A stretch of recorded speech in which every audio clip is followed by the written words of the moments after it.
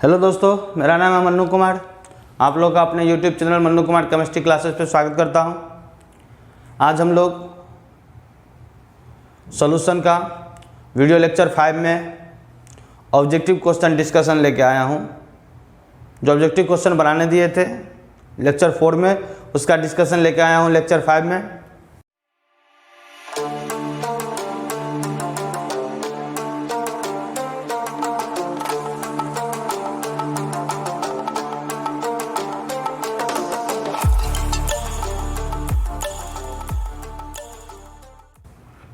ध्यान दीजिए, क्वेश्चन क्या है।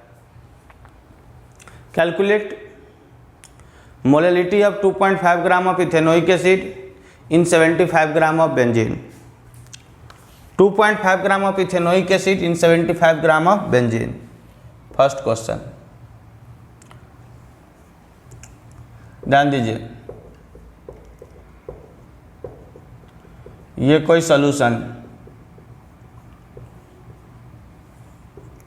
Solute ethanoic acid CH3COOH, weight 2.5 ग्राम।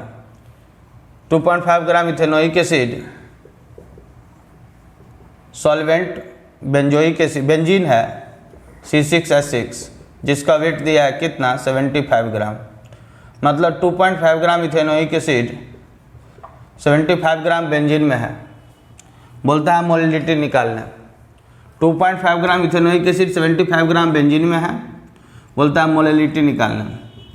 मोलैलिटी का formula small w gram into 1000 by m' gram into w solvent, किस में, ग्राम में।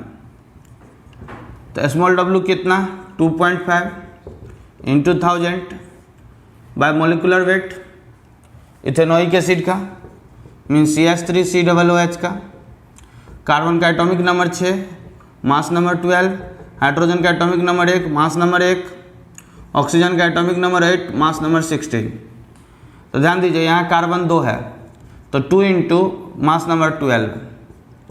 हाइड्रोजन 4 है तो ध्यान दीजिए 4 into mass number 1 plus oxygen 2 है, ऑक्सीजन 2 इंटू 16, यानी कितना हो जाएगा। तो ध्यान दीजिए, यहाँ लिख देता हूँ 24 प्लस 4 प्लस 2 16 जा 32 इक्वल टू 60। तो 60 इंटू W सॉल्वेंट कितना 75। डेसिमल हटा दो, 10 दे दो, 20 कैंसिल हो गया।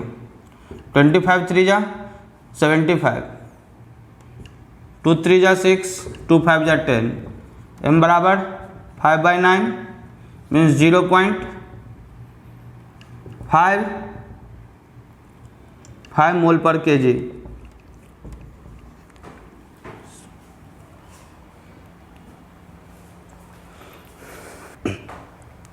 स्क्रीनशॉट ले लीजिए, दूसरा क्वेश्चन का डिस्कशन करूंगा।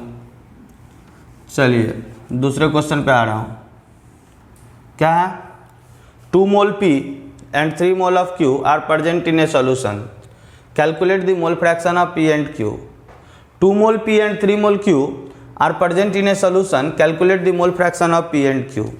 2 मोल P का और 3 मोल Q का किसी सॉल्यूशन में प्रेजेंट है, मोल फ्रैक्शन निकालना है P और Q का। यानी 2 मोल P है और 3 मोल Q है किसी सॉल्यूशन में प्रेजेंट, यानी सॉल्यूट मान लो P और सॉल्वेंट Q। 2 मोल है P का और 3 मोल है Q का, किसी सॉल्यूशन में प्रेजेंट है। मोल फ्रैक्शन निकालना है P और Q का, यानी मोल फ्रैक्शन P और Q का। तो P क्या है, सॉल्यूट। एक्स सॉल्यूट का फार्मूला क्या होता था, N1/N1 प्लस N2, जहाँ N1 नंबर ऑफ मोल है सॉल्यूट का और N2 नंबर ऑफ मोल है सॉल्वेंट का। तो 2 मोल P और 3 मोल Q किसी सॉल्यूशन में प्रेजेंट है, तो मैंने P को मान लिया सॉल्यूट, Q को सॉल्वेंट। P को सॉल्यूट मान लिया, Q को सॉल्वेंट मान लिया। P का मोल दिया था 2 मोल, 3 का मोल दिया था 3, Q का मोल दिया था 3 मोल। P का मोल दिया था 2, Q का मोल दिया था 3। मोल रहा था बताने के लिए मोल फ्रैक्शन P और Q का। तो P हो गया सॉल्यूट, Q हो गया सॉल्वेंट, हम लोग मान लिए हैं। यानी एक्स सॉल्यूट का फॉर्मूला होगा तो N1/N1 + N2। अपना सॉल्यूट कौन है P, तो मोल fraction of P XP, mole fraction of P, तो number of mole of P बटे number of mole of P plus number of mole of Q, यानी मोल फ्रैक्शन ऑफ P बराबर number of mole P का 2 बटे number of mole P का 2 Q का 3, यानी मोल fraction of P बराबर 2/5 means 0.4। ये मोल फ्रैक्शन P का निकल गया। जल्दी लिख ले फटाफट, मोल फ्रैक्शन P का निकल गया। अब Q का निकाल देता हूँ, Q का यहाँ निकाल देता हूँ, इसको मिटा देता हूँ। एक्स सॉल्वेंट का फार्मूला N2/N1 + N2। जरा ध्यान दिया जाए, एक्स सॉल्वेंट कौन है Q, तो XQ बराबर NQ बट्टे NP + NQ। NQ number of mole Q का, NP number of mole P का, यानी XQ बराबर नंबर ऑफ मोल Q का 3 बट्टे 2 + 3, यानी 3/5, 3/5 यानी कितना हुआ 0.6। ये हुआ XQ मोल फ्रैक्शन Q का। अगर हम लोग डायरेक्ट चाहे निकालना है, स्क्रीनशॉट जल्दी ले लें, अगर हम लोग डायरेक्ट चाहे निकालना तो डायरेक्ट भी निकाल सकते हैं। जैसे ध्यान दीजिए, एक कंसेप्ट दे देता हूँ, इसको मिटा रहा हूँ, एक कंसेप्ट दे देता हूँ। क्या, तो हम जानते थे x solute plus x solvent बराबर 1, जानते हैं। तो अगर मान लो एक्स सॉल्वेंट निकालना है तो एक्स सॉल्वेंट बराबर 1 - एक्स सॉल्यूट। तो अपना सॉल्वेंट किसको माने हैं, Q को। तो अगर मान लीजिए XQ निकालना है तो 1 - एक्स सॉल्यूट, तो सॉल्यूट किसको माने हैं P को, सॉल्यूट P को माने हैं तो लिखेंगे 1 - XP, यानी XQ बराबर मोल फ्रैक्शन ऑफ Q बराबर 1 - XP। XP का वैल्यू कितना 0.4, यानी XQ बराबर 0.6। डायरेक्ट भी निकाल सकता है, इतना प्रोसेस नहीं करे तो डायरेक्ट इससे भी बन सकता है क्वेश्चन। मोल फ्रैक्शन किसी एक का निकालना हो तो आपको पता है कि सॉल्यूट और सॉल्वेंट दोनों को जोड़ के होना चाहिए 1। तो अगर एक्स सॉल्वेंट निकालना तो 1 - एक्स सॉल्यूट कर दीजिए, फटाफट निकल जाएगा किसी एक के निकालने के साथ। फिर से समझ ले, x solute plus x solvent बराबर 1 होता है, बताया थ्योरी में कि मोल फ्रैक्शन जो होता है वो number of moles of solute is present in 1 mole solution, 1 mole solution में, यानी सोल्यूशन 1 मोल होना चाहिए। तो x solute plus x solvent बराबर 1, तो एक्स सॉल्वेंट बराबर 1 - एक्स सॉल्यूट। तो अपना सॉल्वेंट निकालना है तो सॉल्वेंट अपना कौन है Q, तो XQ बराबर 1 - एक्स सॉल्यूट कौन है P, तो XP। तो XQ बराबर 1 - XP के जगह पर 0.4, यानी XQ बराबर कितना 0.6। इसको मिटा दो। चलिए थर्ड क्वेश्चन, इसको मिटा रहा हूँ।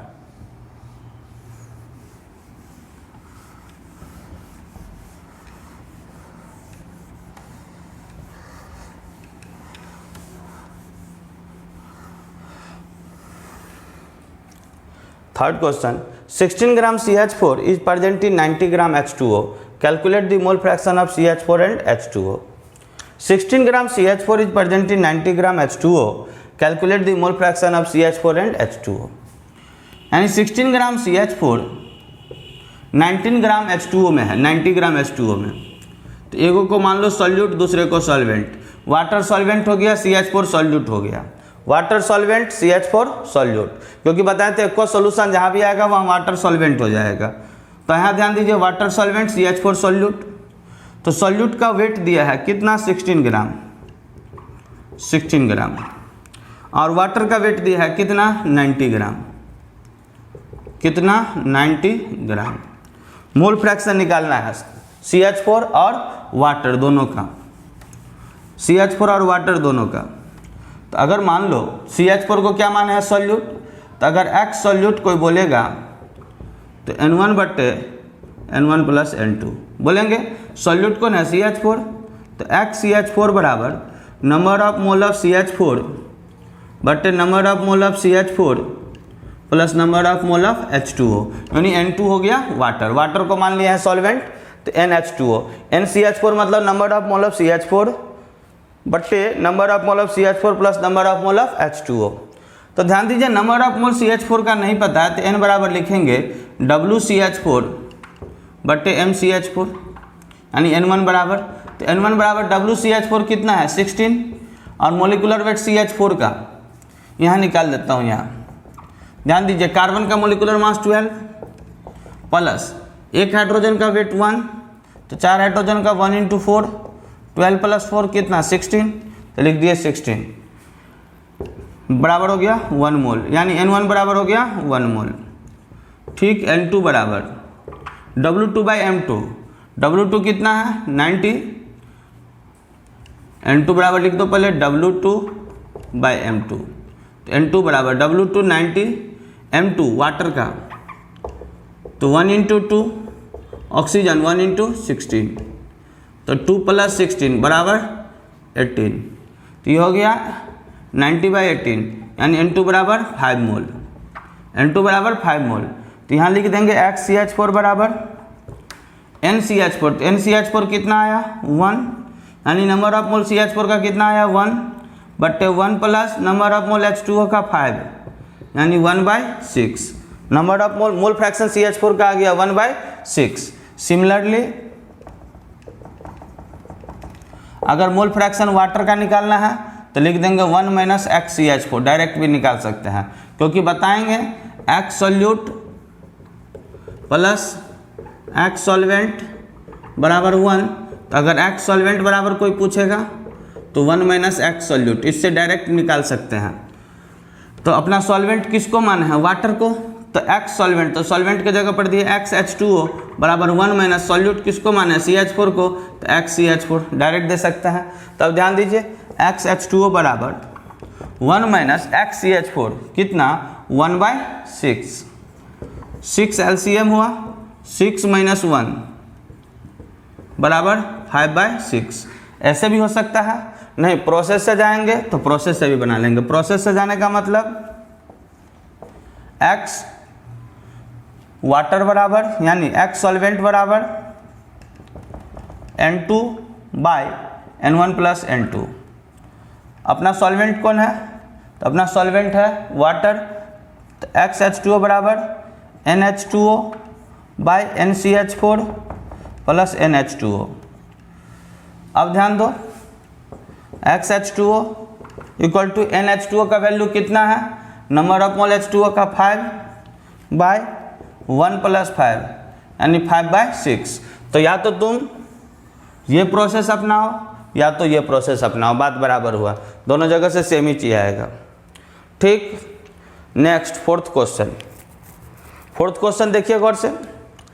30 gram of acetic acid is present in 3 mole water, calculate the mole fraction of acetic acid and water. जल्दी स्क्रीनशॉट लीजिए, मिटा दूंगा, ठीक है। चलिए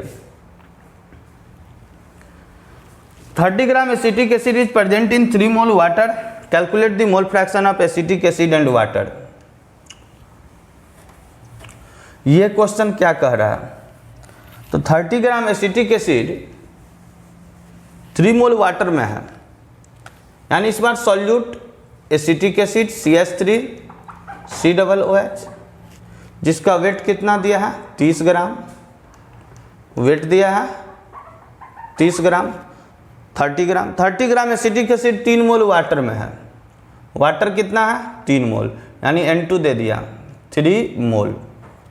पीछे क्वेश्चन में वाटर का वेट दिया था, इस बार वाटर का ऑलरेडी मोल दिया है, यानी एक वेट रखा है दूसरा मोल रखा है, ठीक है। मोल फ्रैक्शन निकालना है एसिटिक एसिड और वाटर का। तो एसिटिक एसिड सॉल्यूट है, वाटर सॉल्वेंट है, तो X सॉल्यूट का फॉर्मूला क्या बताया N1/N1 + N2। X सॉल्यूट अपना कौन है एसिटिक एसिड, तो XCH3COOH। बस ये सब लिखने आना चाहिए जिससे खुद से काम कर ले। तो XCH3OH मतलब मोल फ्रैक्शन ऑफ एसिटिक एसिड बराबर N1/N1 + N2। तो N1 तो नहीं पता, तो N1 के जगह पर लिख देंगे W1/M1। ध्यान दो W1 कितना, तो 30 ग्राम, मोलिकुलर वेट एसिटिक एसिड का, तो ध्यान दो यहाँ लिख रहा हूँ एसिटिक एसिड का CH3COOH का। अभी जस्ट निकाला था पहला क्वेश्चन में इथेनोइक एसिड का, उसी को एसिटिक एसिड कहते हैं, और इथेनोइक एसिड का मोलिकुलर वेट जस्ट निकाले थे 60। तो ये 60 30/60 बराबर 1/2, तो 1/2 मतलब 0.5, तो ये हो जाएगा N1 0.5/0.5 + N2 कितना 3, यानी 0.5 बाय 3.5 निकल गया, 0.5 बाय 3.5, तो 0.5 बाय 3.5 मोल फ्रैक्शन हो गया किसका, एसिटिक एसिड का। तो इसी को लिख सकते हैं XCH3COOH बराबर 1/7, 1/7 डेसिमल हट गया, तो ये हो गया 1/7 X एसिटिक एसिड का।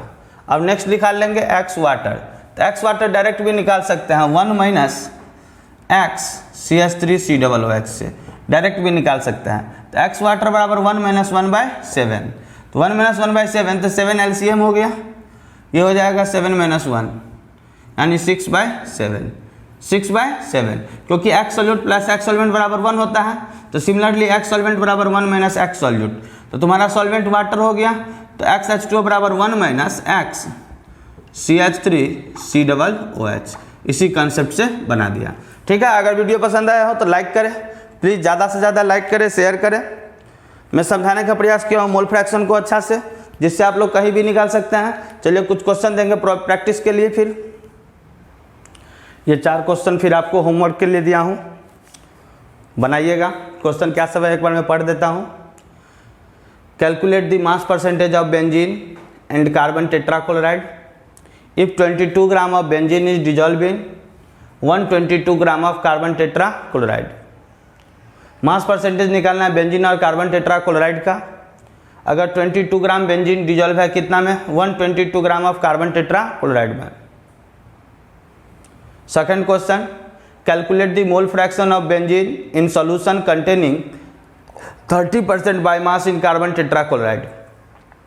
मोल फ्रैक्शन निकालना है बेंजीन का किसी सॉल्यूशन में जहाँ पे 30% by mass carbon tetrachloride present है, उसमें मोल फ्रैक्शन निकालना है बेंजीन का। Third, calculate the mole fraction of ethylene glycol having formula C2H6O2। Calculate the mole fraction of ethylene glycol formula C2H6O2 in A solution containing 20% of C2H6O2 by mass. Mole fraction निकालना है ethylene glycol का किसी solution में जहाँ पे 20% ethylene glycol by mass है। Clear. 4 number question, calculate the mass percentage of aspirin. किसका mass percentage, aspirin का, हैविंग फार्मूला C9H8O4 इन ए सॉल्यूशन।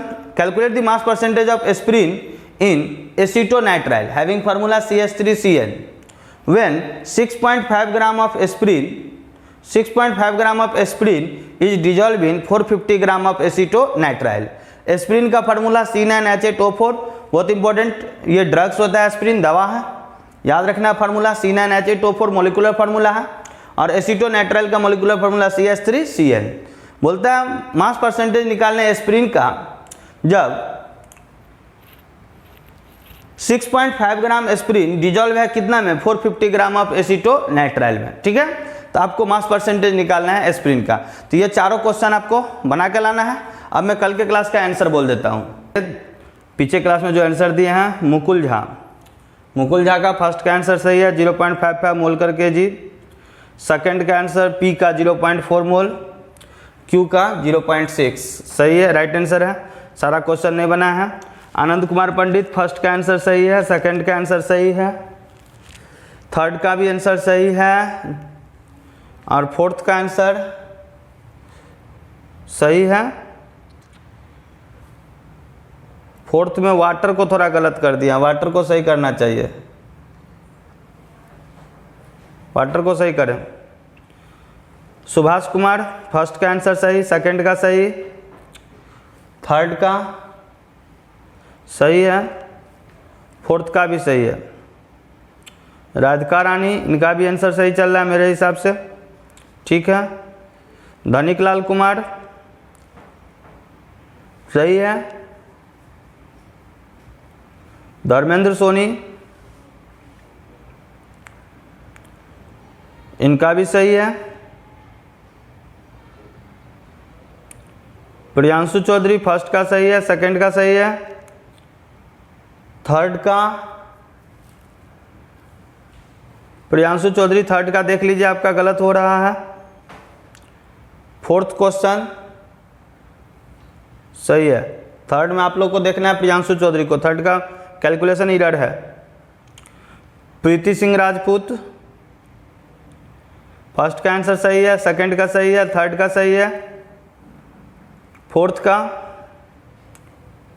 का भी सही है। विवेक वैभव,